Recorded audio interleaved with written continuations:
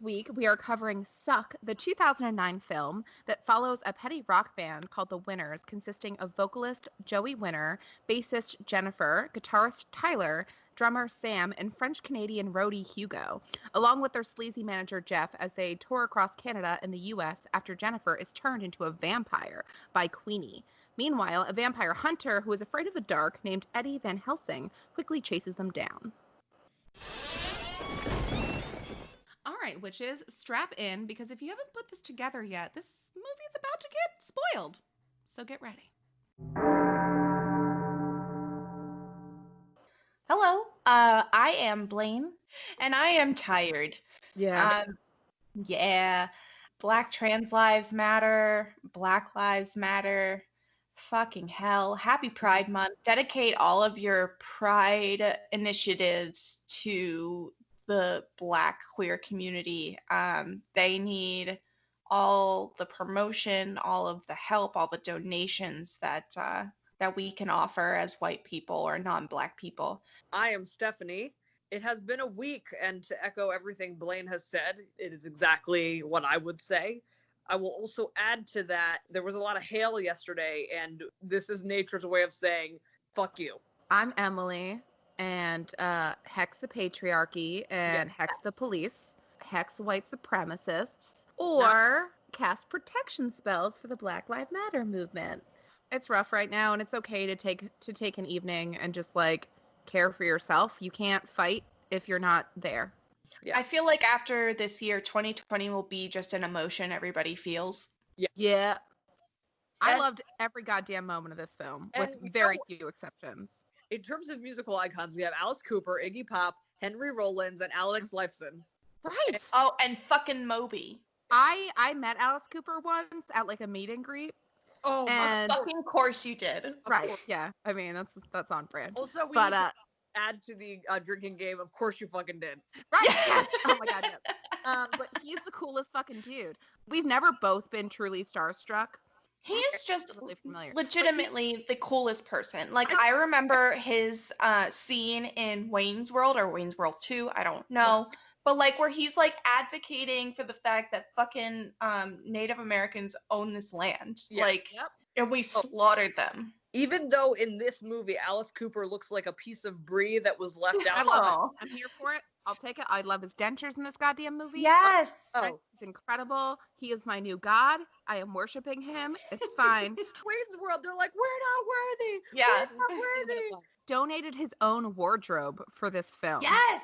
They were just like, fuck it, wear my clothes. I look like a vampire He's anyway. Like the only classic rock king who is minding his own business. Yeah.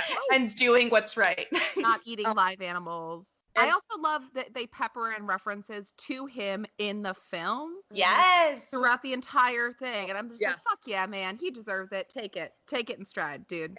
And I will say also, Jessica, I think the last name is pronounced Paré, was nominated by Fangoria Chainsaw Awards for Best Supporting Actress for this film. And how is she a supporting actress? Yeah, she was in Mad Men. And if you, like, fucking Megan, the character played by Jessica Paré, is just tops. She's wonderful. Oh, really? This movie makes such great use of cheap, fake, cute claymation bats and cars and I love it. Oh, I know. It's the aesthetic of this movie is just perfectly 2009, and it's done so well. It's a 2009 time capsule. It's like Empire Records meets everything that is shitty. You know, in most vampire movies, the vampires are trying to be incognito. Oh my god! This is not the case in this film. In the beginning of the movie, you see a shock jock. It's Henry Rollins talking about STDs, and there's a cute little fake bat flying over the horizon. And a vampire slowly walks into a bar where there's a band playing, and Jessica Paré, who is Jennifer, is staring at this vampire, and he is, Emily, is this not the most obvious red eyes, full smoky ambiance vampire? I'm here for it. I mean, I get it. So he looks like they were trying to reference Interview with a Vampire a little bit with, like, the structure. Biggest mouth I've ever my god. Like Steven Tyler mouth. Oh, he could swallow at least 4 dicks. Oh, And that's just and me fantasizing. I'm sorry. But like he strides in, and this is also like the camera pans over the bar. We get our first glimpse of Alice Cooper, who's just like really shadily buffing a knife. If anyone were to ever just meet us for the first time, would it not just be fabulous if we just casually buffing butcher knives? I mean, he's like blowing on it all sensually, and I'm like, okay, Alex, I see you. You know what? I have a theory that eyeliner is the eyeliner he has been wearing for the past 40 years. Oh, he's just been rocking like hangover eyeliner for the last 112 years.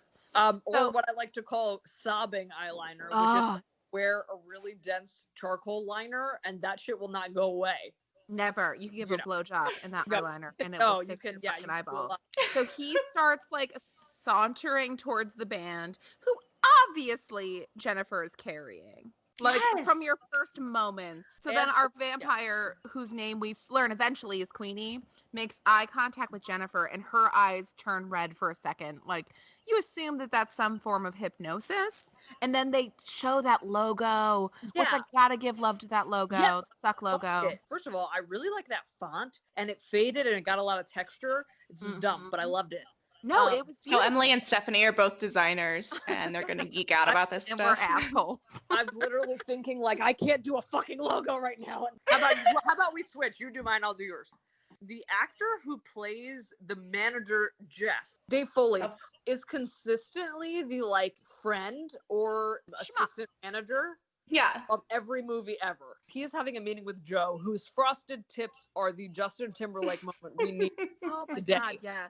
And he's basically saying that your band is so bad that I want to resign as your manager. Then we're introduced to my favorite character of the entire movie, Hugo, aka Canadian Shaggy, and they're basically talking about how awful their band is. And I love this because of a few things. So I'm French, but Canadian French is very different from French, from like... Yeah, Canadian French is apparently like the white trash version of French. It is. It's absolutely white trash French. It's like playing telephone with the French language. Love the conversation that the manager is having with the band, where he said he has one moment of foreshadowing, which is the only moment of foreshadowing in the whole fucking film. And he goes, "We're all getting a little long in the tooth, aren't we?" Oh! I missed that, but I'm so glad you did it. So good. I love it. And this movie is nothing if without its double entendres and puns. Oh, yeah. It's beautiful. And Joe and Jeff are chatting. Alice Cooper sends them beers. The waitress insists Jeff pay because nobody likes Jeff. But I love that Jeff asks Joe if he has ever considered Japanese hip-hop, and then he leaves immediately after answering the phone in Japanese. He's like, I am not Japanese. And then Alice Cooper commiserates with Joe and tells him he can read his mind, which is fabulous for us because you know what this movie does that I know you guys will love?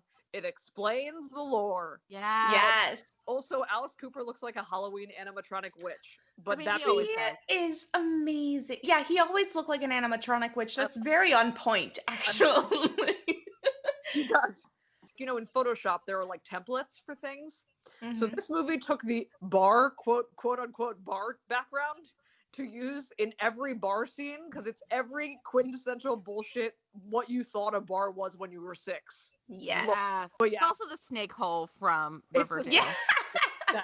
The band is packing up and getting ready to leave. They go out to the band van, which is actually just a decommissioned hearse. Woo! And I'm so fucking jealous. I know. Like, I was like immediately online, like, how to buy a decommissioned hearse. Like, is this legal to drive? Because it was also like I started watching 6 Feet Under, and like the daughter in that, she drives a hearse.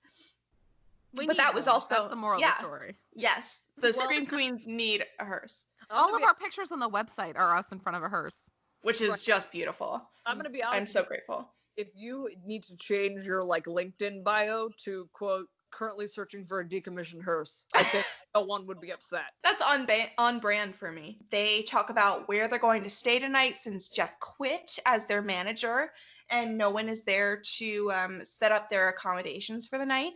So Joe just says, hey, yeah, we're just going to sleep in the van. And Jennifer's like, wait, you mean the fucking hearse? Like, I'm not sleeping in a hearse with you fucking guys. Like, your breath stinks. Yeah,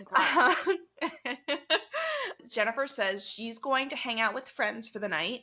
The guys, they don't give a shit. Like, the only reason Joe says anything is because apparently they are exes. They also need more women in this goddamn band. So Jennifer goes away with the vampire, and it's very clear he's a vampire. Like, it is very clear. He is not trying to hide it. Nothing has ever been more clear. They say, does he look like he's like a junkie? And I'm like, he has fangs. Yes. Well, I think that they accuse her of being a junkie a lot during this film. Do. It's like, P.S. You're all in the same goddamn band, going to the same goddamn club. So and also, go to the same therapist. Fuck you. Since when does a band have a website?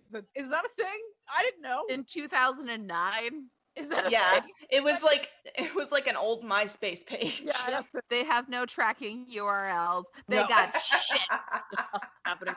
Not a Wix. Joe's like, fine, go to your party, take these fucking flyers and pass them out. Also, we're leaving at noon the next day. So if you're not here, we're leaving without you. And she's like, cool, I'll see you there. And then she runs off with the vampire. So we see her back at the vampire's house. I was so confused by this scene. Like, it's aesthetically, it's beautiful. They set it up like all the other vampires that are partying there are in white and they have very light makeup. So, like, there are no vampires of color in this goddamn scene. This is the cast and crew of the My Chemical Romance music video. This is like that. For some fucking reason, we have a close-up shot of Jennifer squirming in a couch, and then the vampire is just singing at her. And I'm like, holy shit, did I sign us up for like a vampire Sergeant Pepper's? Like, what is happening? Like, name of the episode. I was so fucking nervous. But apparently this is just him like like turning her into a vampire, and all of a sudden we see her writhing on the ground, and I was like, shouldn't there be a transfer of blood at some point? Right. Like, we don't see that. This is the most I've ever think that I've seen a vampire music video montage. I do love the song though, if we're going to be honest with ourselves. It's Flesh and Bone by Burning Bridges, which the lead singer of Burning Bridges is in fact Queenie, the vampire. Yes. Oh my God. He God. does a great job. Incredible. And I like low key. I mean, he could get it. I get it. Oh no, he's totally fucking hot. I That's exactly the type of guy I would drool all over in high school. Oh yeah. Dicks in his mouth, he could fit like 700 clits. So lick or them one all. Just right. Oh, the way that she turns into a vampire is exactly like Nick in What We Did in the Shadows. It's the shaking. Yeah. My eyes bleed heaps. It's exactly that.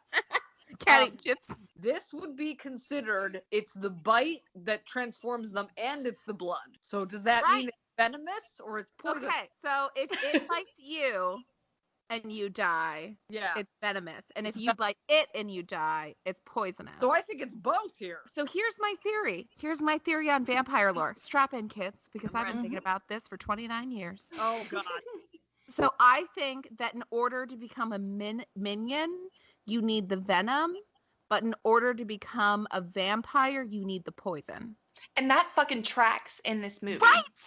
The next day comes, and after Queenie does his beautiful rendition of I just died in your arms. With something to say. And that's all you know. All the guys are waiting for her, and they're like, oh, she's not coming. Okay, well, we'll leave. So I'm like, that's fucking awesome. That's really cool. Like, you don't care if she's safe, or she was murdered, or turned into a vampire, but you leave. The constant throughout this film that brings me joy is the tiny claymation hearse and the little. Oh my gosh! And can we talk about how adorable that is and how I want that in our lives? Like, that's an aesthetic I strive for. Again, not to bring back Parks and Rec, this is Ben's claymation. You know what this really reminded me of is the new, within the last couple years, Radiohead album In Rainbows. Yes. Yes, all the music videos have that not all, but most of the music videos have that beautiful claymation aspect, and it's like kind of dark but really intriguing. Yes. And they have a license plate on the hearse that says winners. So Joe goes to his super hot girlfriend Susan while she's filming a music video for Chromatica. Just kidding. She's in a show called He's basically coming to ask her for money because he's broke. I loved the band eating all the craft services, like scrounging it all. I'd do it for the craft. Oh, we would. And then we would be fired because we gained too much weight. Yeah, exactly. It would be like, I can't help it. It's free. Like, what do you mean? Yeah. Susan, the girlfriend, calls Jennifer a junkie. Yeah, what the fuck? And then we're like, is there a like an addiction we don't know about? Should we have more backstory on this main character? Right. I think maybe a scene was cut. Yeah. Is my guess. When you're thinking about music and you're thinking about music for the early 2000s, that But the heroin chic. yeah, time. you see Jennifer's back, and Joe is clearly like, you look different. And I mean, this isn't, he's being right. She looks 100% like a vampire. He's like, nah. She's clearly defensive. She's like, no, like, I'm fine. Everything's fine. And she's I'm like, the same old person. I'm the same old person. She said she got a ride with the other band called the Itchies. Which And she you know ate. she ate them. Yes. I Yeah. really wanted there to be a follow-up band called the Scratchies. We cut to Eddie Van Helsing, aka would you say Malcolm McDowell? Al from Clockwork. Yes. So that's all I can fucking see. I don't know his real name. I just see a Clockwork Orange That's raping all a woman. Cut to him finding who we find out is Nosferatu. Woo! While Nosferatu looks like a nice young man in his mid-30s, early 40s, his teeth are formed exactly like Nosferatu of yore, which is really cool. Before Eddie kills Nosferatu, he somehow snags a flyer from this fucking ancient vampire advertising the winner's show. Yeah. Perfectly folded, like in his lapel. Like, Yeah, gotta masturbate to this Jennifer person. All what we do in the shadows. God damn it. It's ruined my life. And also he takes a mallet to his chest. Yes, a mallet, as casual. is used in like Salem's Lot and in other Hammer films. So we go to the concert, and Eddie spots Jennifer on stage, who is very clearly a vampire. Susan, Joey's current girlfriend at the time, sees her too and throws her beer bottle at Joe. And she knocks him the fuck out. Oh, This film, I feel like, is a mashup of a Jim Jarmusch film, Jennifer's Body, and Yes. Scott Pilgrim versus the World. Like, it is Yes. so gorgeous. It takes Yes. some anime notes. You mentioned that Jennifer sticks out like a sore thumb on stage because she's a vampire, but also I think this is good symbolism for women in bands are so rare, so sexualized and fetishized Yeah. that by the Yeah. time we see them on stage, it's like all eyes on her. She is what makes the band cool, and there's a whole lot more pressure on a woman in a band than we acknowledge. yeah. So I think her being a vampire represents that quite a bit. Joe wants to be the fucking boy about town in charge. Yeah. And he keeps getting on her case, but she's clearly superior, even though Right. every piece of music this band produces, I want to run into another galaxy to avoid. The band itself, the Winners, is not a winner. No, Losers. in a hot topic, if a hot topic had two stories. So he gets KO'd and wakes up in the middle of like a weird, like snowy desert. Oh, It's an beautiful. odd landscape, but it's really cool. And Alice Cooper is just like Alice kind of Cooper. chilling there. And you can still kind of hear the music, and it says I went to the crossroad, which is kind of cool. I streamed the movie inappropriately, so I like that Caption. inappropriately is code for illegally. yes, illegally. The captions did not help me in this situation. Me gusta. He wakes up in this weird fucking crossroads, which I wrote down somewhere what the crossroads said. It was like life and death, or fame, obscurity, and future and past. He's at this crossroads, and then Alice Cooper's fucking there in this gorgeous floor-length trench coat that seems to be like almost snakeskin / leather. And he's explaining like, hey, you're obviously at a crossroads in your life. You have to choose. We don't have a lot of time. And then he goes, well, I have all the time in the world. You don't have a lot of time. The only piece of wardrobe that this film made for Alice Cooper was this jacket. Yes. And everything else he brought because of the budget. He goes, you have a tough decision to make, but I think if you look all around you, the answer was right in front of you. And he's pointing to himself. We'll learn that I think means that like the vampiric way is the way to live. Lane has been trying to tell us this for how many months? Right. Obvious. It's obvious to us. Obviously. There are no puns. But like Joey's still kind of an asshole. He's like, okay, but how the fuck do I get out of here? Not like appreciating the fact that he's kind of in limbo. He's like, what are you, my fairy godmother from hell? And he's like, no, it's not about who I am. It's about who you are. Oh. Keeps screaming, who are you? And then we snap back to reality to Hugo, sweet baby Hugo, going, I am Hugo. By the way, can I talk about myself in the third person? Do it. Hugo is the best part of this whole movie. That sweet little minion boy. Wake up and Joey's on like a graffitied wall outside of the venue at this point. And you learn that they had the best show fucking ever and they got an encore, which is not like a wake up call to Joey that he's the worst part of the band. Yeah. And they're like, oh, your girlfriend threw a beer bottle at you. And they're like, yeah, we think probably you could start calling her your ex-girlfriend.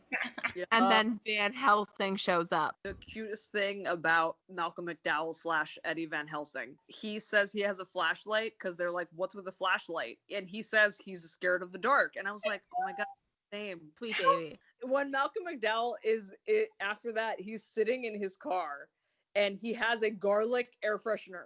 Part of me is like, I kind of want to do that. Same. Is that weird? After Eddie explains that he's afraid of the dark and he asks about Jennifer, they're like, oh, she went to go get something to eat. Huh. So we cut to Eddie is drinking in his car and he's thinking about this singer that he was in love with in the 70s.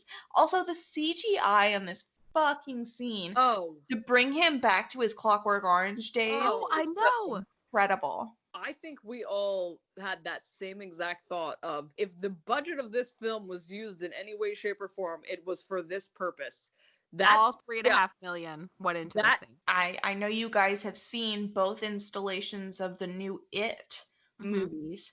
So which makes me think like if that's how much it took to make fucking this guy look like his youthful self, imagine the amount of money they put into It where these kids aged like 2 years and they just had to make it like look like they were just a couple months younger. So we see that Eddie was in love with this singer back in the 70s, grooving on her while she's singing in a club. We also see that the same vampire that seduced Jennifer seduced this singer at the time.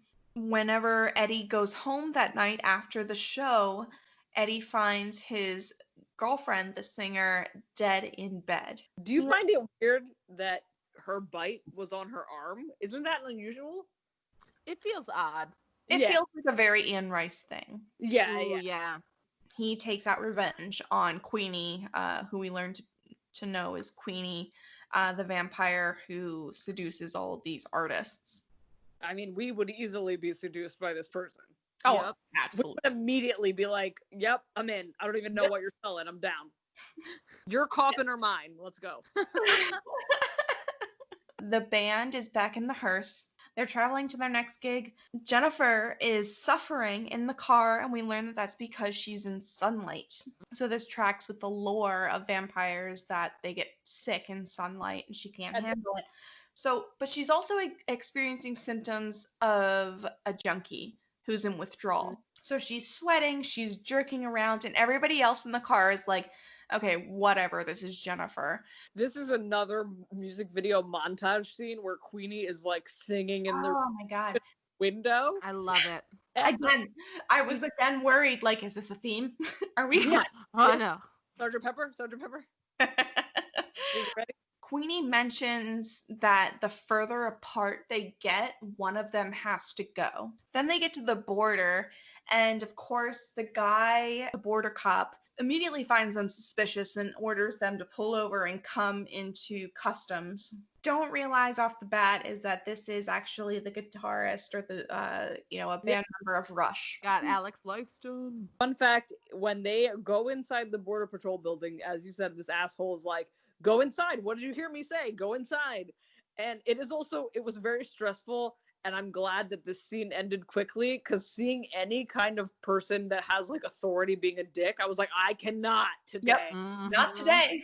And I was like, this scene better be 2 seconds long, goddammit. And it was, thank God. They go inside the Border Patrol building. There's immediately Sam, who is the drummer. There's a flag on the wall because they're going into the States. There is a nod to various rock album covers in this movie. So, for example, there's a scene where they cross the street. That's an homage to Abbey Road. Another shot is them using a Union Jack flag as a blanket, which is based on the Who's "The Kids Are All Right."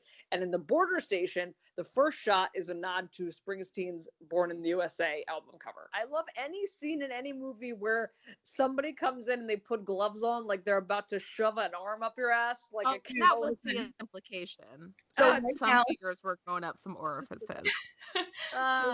Right now, in the state of the pandemic, my husband and I are house hunting, and so we're at the stage where we are allowed to enter homes again, but we have to wear both a mask and gloves. So every time we get out of the car before entering a home, we both, because we're fucking children, put on our gloves and then snap them. And see who injures themselves. And that is the funnest part of house hunting during a pandemic. So just as Border Patrol officer is like giving them a hard time during their, like, whenever he's like, hand over your passports, and they all hand him over, and he's like, what is your purpose for being here? And he singles out Jennifer. And he's like, Jennifer, take off your sunglasses. And she's like, I'm sorry, I just drank too much the night before, and like I'm just really sensitive to sunlight right now. And somehow it's brought up that they were in a gig the night before. And he's like, oh my God, you guys are in a band? And they're like, yeah. And I'm like, oh my God, I was in a band back when. You know, it's a funny inside joke because he's part of Rush. And he's like, on your way, guys, whatever, rock on. And I want to punch him in the fucking face. He looks the most normal and the least like he was in a band ever. Same. And that's why I hated him. And then I realized, oh my God, this is an actual like former band member. Like, he's actually pretty cool. He's a Canadian, so of course he's cool. Immediately, Malcolm McDowell comes to the Border Patrol, and the same guy says, what's your purpose? Eddie Van Helsing, Malcolm McDowell says hunting. Alex Lifeson / Canadian band Rush guitarist says, any weapons? Eddie says, yeah, lots. And he says, welcome home. And I'm like, this is not indicative of Canada at all. Sir, even now, like, so many films are filmed in Canada. Yeah. Because one, it's not as colonized. No. Right. There is so much more open space, and it's also like one of those areas where a lot of it is freezing. So you can do whatever the fuck you want there. Quite cold. Yeah, you can make it Antarctica, you can make it Scandinavia, you can make it whatever the fuck you want. Jennifer is claiming that she just doesn't feel well. Yes. And that she needs something to settle her stomach. After the whole ordeal with Rush, so they pull into Fred's Variety, which is this lovely little like bodega. They zoom in on these two slushy machines that have red slushy, which I love because it's obviously like, she wants some blood. Jerry, I love that his name's Jerry because it feels like a Parks and Rec reference. The shop guy who's like sucking on a big slurp. She's making eyes at him. Obviously, we know it's because she's fucking hungry and she wants to eat him. But she's like, she wants the D. Yes. And then Hugo's like, I have to make a pee. So it hands him a hockey stick to go pee. Jennifer is pining for his blood. Yes. And he's like, hey, are you okay? And she's like, yeah, I'm just really thirsty. And he's like, well, maybe I can buy you a drink. I get off at 4 a.m. And he's like, gross. And he's also sensually, as the nerdiest looking dude ever, sensually licking a straw. Yeah, it's a lot. He's also like 6 inches shorter than her. Yes. Which like doesn't matter, but is also kind of weird. And he's like, do you want to suck? Which I also love when you hear the movie title. Yeah, I do that like Leonardo DiCaprio meme where it's like, Yes, you're like, that's it. That's also like the ego on this fucking Jerry kid. Like, Jerry. How on earth could you possibly think someone of Jennifer's caliber is genuinely interested in you and not trying to rip you off in some way? He hands her the cup and is like, do you want to suck? And she's like, I sure do. I don't know why I do a voice for females. I am a female. I love it. But she grabs the fucking straw and then just like yeets it into his jugular. Oh my God. I want like a cartoon drawing of this and I want to like make it a mural on my back, my ass. Put it on my ass. No, your ass is perfect. Don't change a thing. She Capri Suns him. Yes. So she like mainlines his blood and she's just like slurping away. Meanwhile, her eyes are changed in all sorts of fucking different colors. And then the other bandmates are sitting in the hearse talking about how much they hate the band that they're headlining for, or not headlining for, but opening for. So they're called the Secretaries of Steak, which I mean, Oh my I God. like that. What a perfect name. It's so good. That's amazing. It's so good. And they're like, oh, their fans are rabid. They pelt the opening act with, quote, an assortment of raw meat. And then the drummer's like, wait, like raw meat? And he's like, yeah, bloody meat. And Hugo's like finishing up his piss, which also, there is graffiti on the wall of the bathroom that says the winners. Which Oh, doesn't look fresh. It doesn't look like Hugo did it. Buffalo, New York stands the winners. Yes. And then poor sweet baby angel Hugo walks in on Jennifer going to fucking town on Jerry, this shop clerk. And then they do this beautiful vertigo effect film where like you walk towards someone while panning out. And it gives you a really uncomfortable feeling.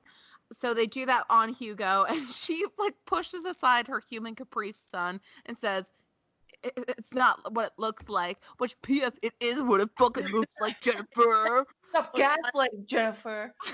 She's fucking glowing like a goddamn Hawaiian sunset. Newborn baby skin we're talking about here.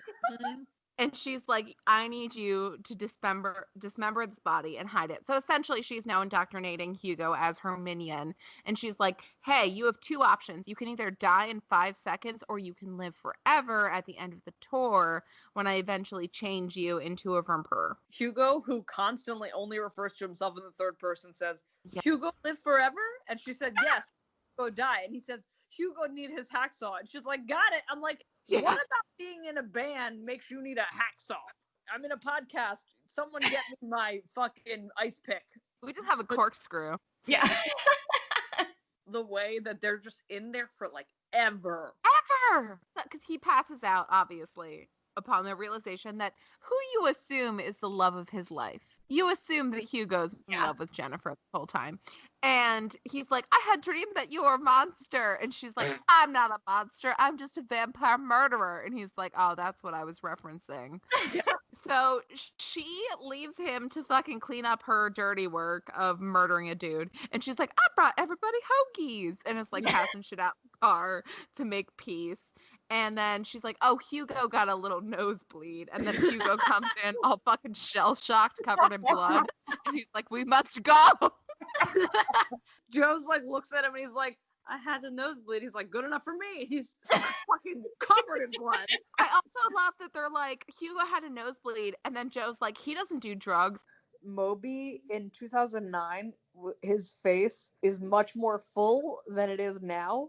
Because he looks really gaunt now. Oh, yes. rough. And I seeing him in the next scene, I'm like, oh shit. Like, yeah, Moby used to look like he had a couple, like he was still skinny, but he had like some meat on him. Always refer to him as Discount Pitbull, which is pretty bad because I hate Pitbull. So he is the crazy band leader for the Secretaries. Is that what they're called? The Secretaries? Secretaries of Steak. Yep. Of Steak. And they're getting a bunch of fake meatloaf thrown at them. Which is so fun because Moby is notoriously vegan. Yes. And also, I feel like this is a huge nod to a Guar show. Yes. Absolutely. So this is 100% just Guar. The winners are reading all their website reviews because obviously 2009, and they're all about Jennifer and how she's like so fucking amazing. And they're in their hotel room, and you cue over to Jennifer's hotel room where she's doing another Rock'em Sock'em Robot move. And she's fucking jerking around, and Moby comes back from the Secretaries. They come back and they're smoking weed. We need papers. And they're like, oh shit, Jennifer has the papers. Use rose petals. Oh, Pro tip. So if you're at a hotel, the pages of the Bible. Oh my. So fancy. Or in general, buy a Bible and use it. I mean, steal a Bible, but don't but so Moby, I'm just gonna call him Moby. He goes over and he's like, I'm going to go get the papers from Jennifer. And Hugo poor sweet Hugo, baby Hugo, as Emily says, is trying to save someone's life. And then Moby goes on to say, I'm the biggest fucking rock star in Buffalo. And he says, get out of my way, Frenchie. And Hugo's like, okay, you go to You her. go die.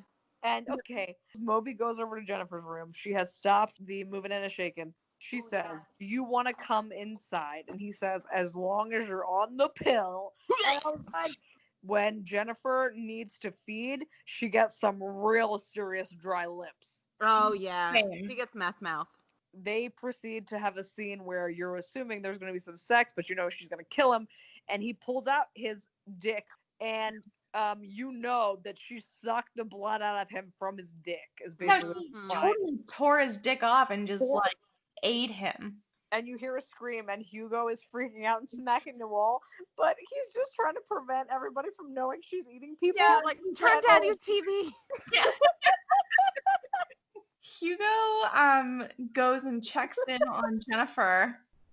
He's like, holy shit, you Moby. And she's like, yeah, but like, let's just tear him up and leave. And so Fine. Hugo, we see Hugo in the bathroom dismembering Moby. And like he finds a fucking fly in the bathroom as he's dismembering Moby, and he's like, oh my goodness, you're my friend. And like the fly, like, which I also think is a big reference to Renfield in Dracula. Absolutely. Yes. He ends up going back to the guy's room when they're like, oh my god, it's been forever, what the fuck is happening? And again, he's just like, yeah, I had a nosebleed, there was an accident, I was at the show, I was at the beef show. The guys catch Jennifer eating beef, and somehow because it's a bunch of fucking white cis straight dudes, the conversation sticks solely to how it will affect the band. Tyler is convinced they're just on PCP. He's like, it's just PCP. Joe's just like, you just need to leave the band. Like, I can't believe you ate beef. So Jennifer's like, I'm going to need you guys to help me with this vampirism. You know, they can't deny it because she has been the lifeblood of this band. Literally. Since they've started becoming noticed. At the same time that Jennifer's kind of breaking down what she needs from the band and that, you know, she won't break any of these rules, Eddie finds the hotel that they're in, but somehow misses them as they go to dinner. And that's where they kind of set the rules for this. Jennifer is not to make anybody else a vampire, and she's only to drink cows or animals' blood. I'm Twilight! Twilight. You're the guy from Twilight. I'm in. That's me. I want to go to sleep every night to you just saying quotes of what we do in the shadows. Can that happen? That's all I want. I feel so calm. I feel so at home. The amount of times I'm just like, because I'm always the first one awake in our house. Like, I actually have to actively shake my dog awake. And I'm always like, "Awaken, wakey." So I am so conceited that for a moment when you said in our house, I thought you meant just the three of us. I like that she says her vampire power is super fast, super strong. She can read your mind, and she can talk to you in her mind to other vampires, and then they can turn into fog, which I love. Yes, and I like the fog, but I'd prefer a bat. Okay, you can't always get what you want. That's right. That's right. And also, can I just say, Malcolm McDowell, it is not feasible to hold both a flashlight because you are scared of the dark and a crossbow. But also, I'd like to take a side note and talk about how all of the emo boys in the early 2000s had a Karen haircut. Oh, yup. Hello, can I speak to the manager? Yes. I dated a guy with that haircut. Moods bangs in the front and a little gel to frou-frou it in the back, and it's like, honey. I know. I dated a guy and a girl with a haircut. I can only hope that there's a photo of the three of you together.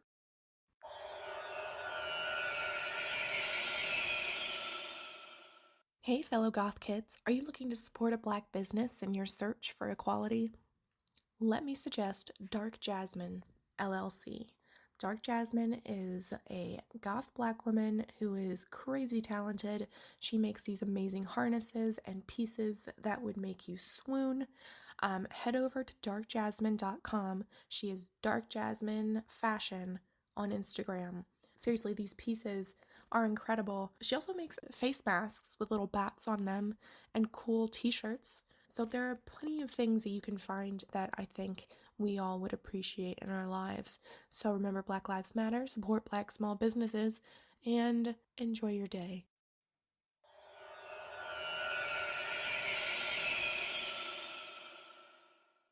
We get to this scene here about Iggy Pop. Yes. And I want to make a statement about Iggy Pop. Please. I don't know anything if Iggy Pop has had controversial life, but I really respect his music with the Stooges. It was just really cool to see him in this movie. And I want to say musicians were bored and wanted to make a movie. Yeah, no, I totally get that. I respect the fuck out of him and everything he has done for the music community and in rock and roll in general.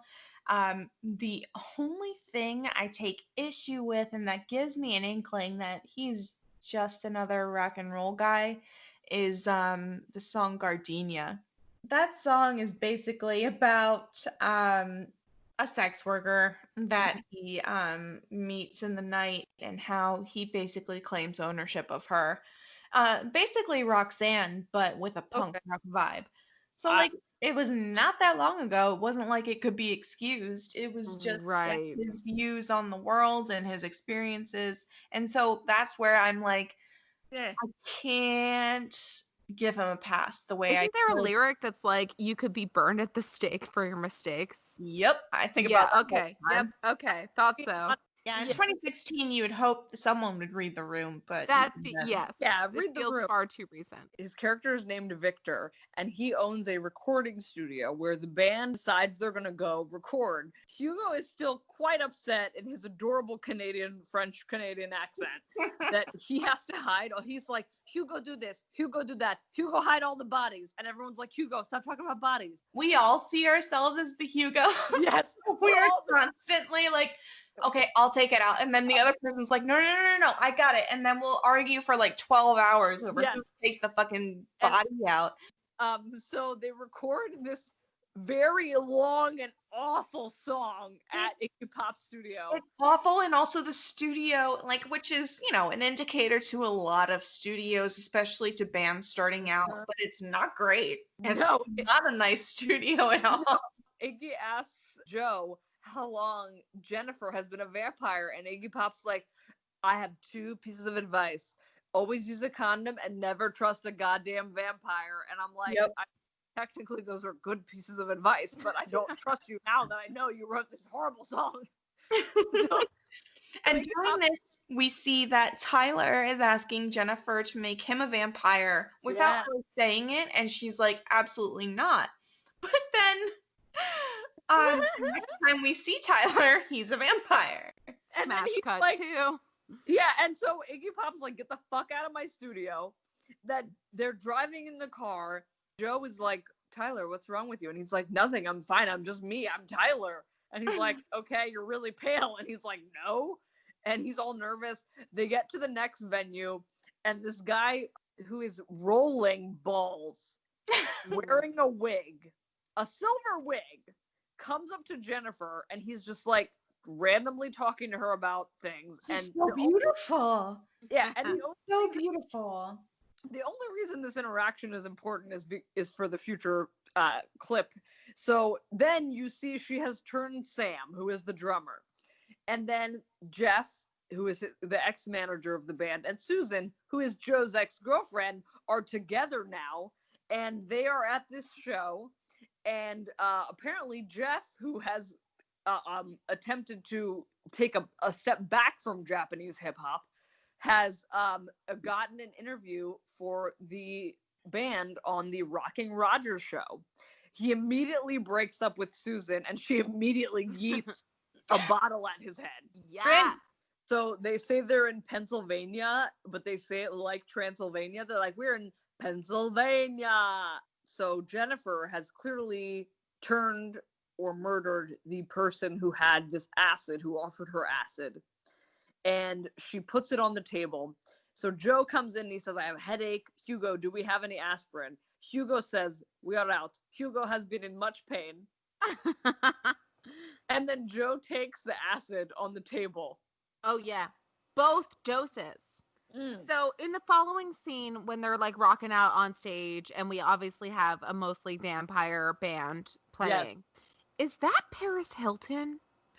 Okay. Dancing on the table? I straight up thought it was too.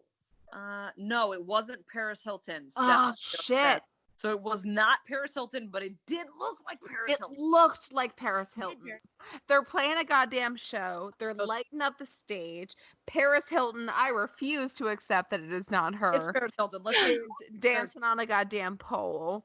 Everybody is loving them. And then they cut to like the post-show meeting where Joey has the fucking audacity to call Jennifer a treacherous bitch. Yeah. For converting her band members, which I would like to pose a question here. So we know that what's his fucking face, Green Day lookalike dude. Tyler has been like, let's go, let's be a vampire. I'm not convinced that he didn't then turn the drummer. Poor little baby Hugo. Just said, like, why not Hugo? Why not Hugo? Joe asks Sam, who is the drummer, he's like yelling at Sam for becoming a vampire, and Sam's like, I don't need you people to make my decisions for me. And Joe's like, yeah, you do, you're a drummer. And he asks, can you undo it? Which is the first time it's really posed the vampiric element can be undone. Eddie Van Helsing has a makeshift, nonsensical Ghostbusters getup. A neutron wand. What do you think you're gonna do to these vampires? Because basically he's behind them. He is the like Augustus Gloop fucking Inspector Gadget behind them every step of the way as they move around this map with their claymation car. I mean, as Ray Parker Jr. says, bustin' makes me feel good. Ditto, sir. Ditto. Henry Rollins is discussing on air their show. He is the radio shock jock, and he's discussing it with them. And so Henry Rollins is wearing a terrible wig, mullet wig, bit of a Carol Baskin. He is talking to them about their show at a festival that evening, and the band is there, and they're all very excited. He asks Sam if he is that pale in general, and he whispers to the mic, he looks like a statue. And he talks about the fact that they just released a single called Suck, and he said, it does. And Sam is like, say it again. And I'm like, ooh, somebody grew some balls. Yeah. With those teeth. They then angrily feast on rockin' Henry Rollins. The reading of that, whenever the winners attack Henry Rollins, it reads as like an entertainment piece. And everybody sees this vampire band as like a real come and see.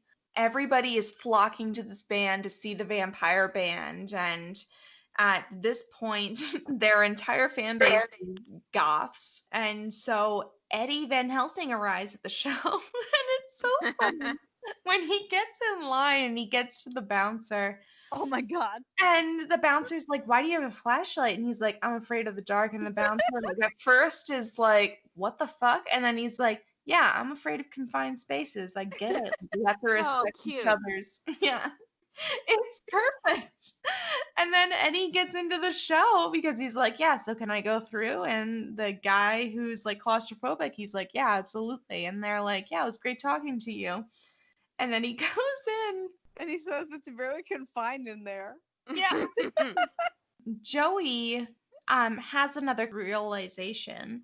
And he understands that Alice Cooper is a vampire. And Cooper is basically Joey's fairy godmother. And he says the band can go on without him, and it will. And vampires are always going to be in style, so he needs to get with the program. This is your, like, guide to becoming a vampire. Yeah, I need Alice Cooper in my life. Alice Cooper is basically like, yeah, man, you should become a vampire.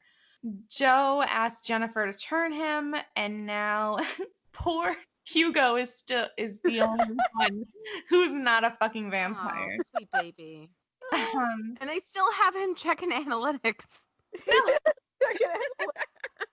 So this is their final club performance where they're all vampires. And a lot of the club goers can be seen wearing shirts with the title logo on them.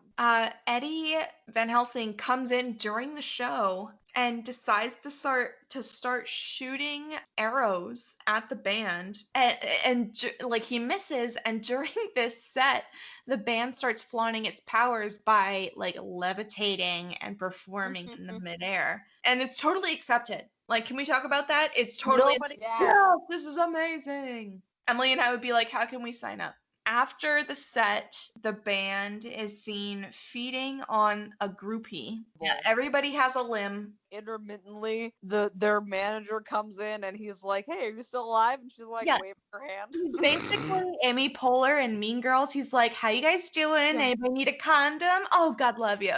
You still with us? Joe like walks in on everybody feeding on the groupie. He gets scared and leaves. And outside, Iggy Pop Victor is waiting for him, and Iggy is asking all these questions about his morality.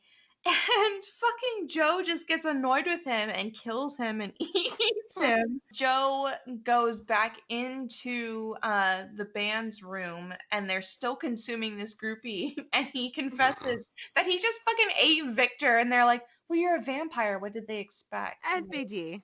And from there, instead of seeing repercussions, the band continues to see renowned success simply because they're vampires. Mm-hmm. And everybody wants to see the vampire show.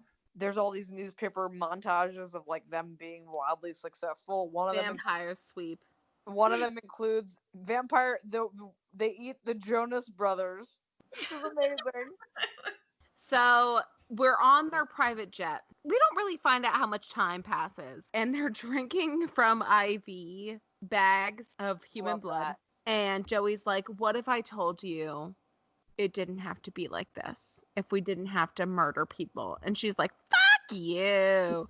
And then Van Helsing's like, listen though, if we kill Queenie, the head vampire, then all of his evil who has diluted by like generation of vampire essentially would be killed, then you can then live as humans once again. And Joey's basically just like, we owe it to ourselves, we owe it to society in general. There's a reason we can't see our reflections. It's because we're becoming monsters. First of all, again, this is one of those moments where in the movie I feel like they skip over some details. So they are obviously romantically entangled again. And then she very quickly, in order to appease her man, is like, okay, let's murder Queenie. In order to do so, there's several things that have to happen. He's like, I will put us first before everything else from now on. I promise.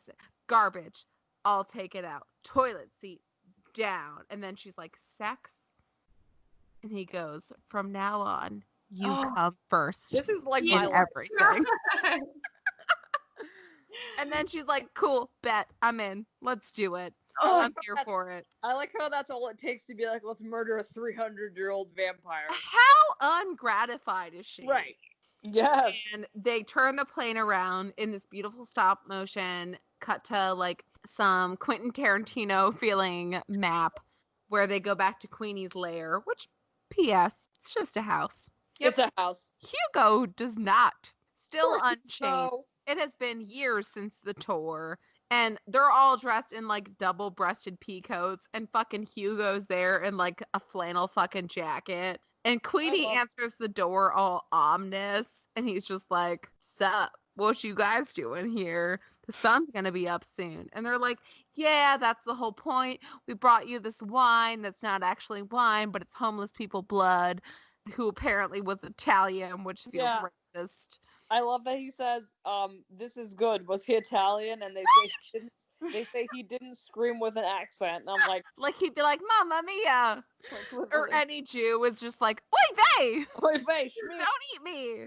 And Jennifer's obviously like kind of flirting with Queenie, and he's just like, oh, Mikasa Sukasa, stay here as long as you want.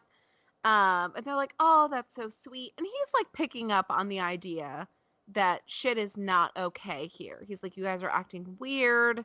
What's going on? And then he just like decides to play a song, which is just it's just like a G, a C, and an E chord. Hugo's pissing himself in the corner because he has found himself in a band of vampires. None of us deserve Hugo. And Queenie is just like, what? Why is he scared? And it's like, why does he have idiot. a urinary tract? Also, why does he have to be scared? You're a vampire. Right. There's no obvious I have reasons to why explain he should be scared. being afraid. So Jennifer stabs Queenie like in the right shoulder. Yes. And she says, that's for giving me a dirty needle. So I do think that this is when it is revealed that this entire fucking film is a metaphor for AIDS. Or because of the time it came out, it could be also the heroin. Yes. Shit. Okay. So as she attempts to kill him, that's for giving me a dirty needle. And then he lets out this cry. He starts a spiel and Eddie shows up. The lights go out and Eddie, being the frightful man he is of the dark, shoots crossbow into the dark, and Hugo's like, oh, you hit Hugo. And there's more banter, and Eddie shoots again, and he's like, oh, you hit Hugo again. And then the third time he ends up hitting like Tyler or something, and nobody cares. And Tyler's like, stop shooting in the dark. And Jennifer comes from behind and totally stakes Queenie from behind with a guitar neck. But I think it's worth mentioning that Eddie, during all of this, he sees his 70s girlfriend who comes out and who Queenie reveals he actually turned, and who is a very popular pop star in Japan. Japanese hip hop, I'm telling you. Queenie is killed, and everybody is restored to their human form, including the 70s girlfriend. So Eddie gets to see his girlfriend aged to his point, and everybody's miserable. But which is so cutely beautiful, because they don't really show her fully transforming to that age, but you start to see it, and then it just kind of like you're left to believe that they are able to then go and be older together and kind of cute. Although I would be fucking pissed if I were her. Oh, she deserves better. Yeah. She didn't go back to him for a reason. Yep. I didn't want you. All the band members are turning back into humans. They're all like writhing in pain, and they're like, what's happening? And Eddie's like, you're going to turn into what you were before, out of work musicians. It's going to hurt. Yes. So then we cut to 6 months later, and Joe and Jennifer are suburban Karens in matching sweaters, and they're driving in a minivan. They're talking about a game night they just attended, and they're like, oh yeah, great charades. Then they kind of talk about missing how they were in a band. And at that point, they get a flat tire in their minivan. Joe finds himself back at the crossroads he was at earlier with Alice Cooper. Except this is actually real. And Alice Cooper is a vampire. And Jennifer joins him. And Alice Cooper offers them the chance to go back to the life that they led. And originally they're like, but we killed Queenie, like, and we restored our lives back. And Alice Cooper's like, okay, you killed a 300-year-old vampire by the name of Queenie, not the queen vampire. And I am centuries old. Oh. And I can restore your life to the way it was. And so he immediately makes them vampires again. And that's all she wrote. He says, welcome to my nightmare, charades and pottery class. And he's talking about their boring ass life. And to me, what the idea of being a vampire is. If you can't actually attain it, even though I wish we could, because I would totally do it. And I've thought about the multitude of ways in which I could avoid actually spilling anyone's blood. To me, this movie is basically all about Alice Cooper. Alice Cooper's a fucking badass old man who never let shit take him down and never let his age mean anything about who he is. Welcome to My Nightmare is both Alice Cooper's highest grossing album and highest grossing song. Absolutely. So just like peppered that in. And during the final fight scene with everybody and Queenie, there is a portrait on the wall of Alice Cooper dressed in 19th century wardrobe. It's incredible on such a small budget to not only get Alice Cooper, to get fucking Henry Rollins and Iggy Pop and Moby and all of this fucking shit and the rights to whatever music or whatever. It's incredible. In a way, it's poking fun at their lifestyle and the stigmas that impact them and all these different things. And it was a fun film to watch. I think we talk a lot about how Alice Cooper looks in this movie. And I think based on the movies we've watched in our lifetime, we have basically seen Alice Cooper age before our very own eyes. Yeah. And so I find that very heartening, because we can also look at Iggy and see that he hasn't aged a fucking inch. What do we want to do this out of? Out of beefs? Ooh, beefs. So I'm going to give this a 5 out of 10 beefs. So entertaining. It presented a lot of vampire issues that we have covered thus far, because basically all we do is vampire movies. I love it. The effects, while there was that instance where it was like, oh my God, he's so much younger, or, you know, Eddie Van Helsing, the effects weren't very practical. There were moments of practicality, but it was mostly CGI. Kind of flew under the radar as a 2009 comedy horror movie, especially. Yeah. I'm gonna go with you if I can. I'm gonna give it a 5.5. It reminded me a little bit of Rocky Horror Picture Show. The sort of a music video, sort of a very like a lot of characters, a lot of action, just fast. Something funny, something sad. Malcolm McDowell's character feels like a Dr. Loomis to me in this movie. Yes. Like chasing around the person, but never quite making it on time to catch them. It sounds low, but in the way of saying I really enjoyed it. It gave me a lot of laughs, and Hugo is the person I want to be in 2021. Yeah. So I give this movie a 6. I mean, I really had a good time. It did not scare me. Hell, there we go. It has to scare me, and it did not. I expected to hate this movie. I thought it was going to be vamp. I thought it was going to be terrible, and I really, really loved it. My 3 main issues are, number 1, it barely passes the Bechdel test. Yeah. The bar is low.